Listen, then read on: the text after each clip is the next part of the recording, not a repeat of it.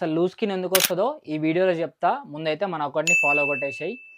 Loose skin అనేది జెంట్స్కి లేడీస్కి ఇద్దరికి వస్తుంది. అది ఎందుకు వస్తుంది అంటే పాయింట్ నెంబర్ 1, మీరు క్రాస్ డైట్ చేస్తూ వెయిట్ లాస్ చేస్తే అప్పుడు లూజ్ స్కిన్ అనేది వస్తుంది.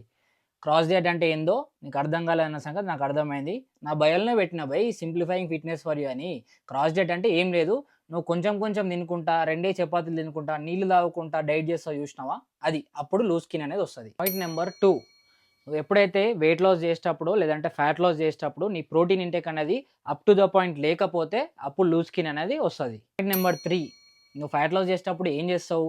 ఉరుకుడు, దున్కుడు, సైక్లింగ్ చేసుడు, థ్రెడ్మిల్ చేసుడు ఇవే చేస్తావు. స్ట్రెంత్ ట్రైనింగ్ ఎడే చేస్తావు.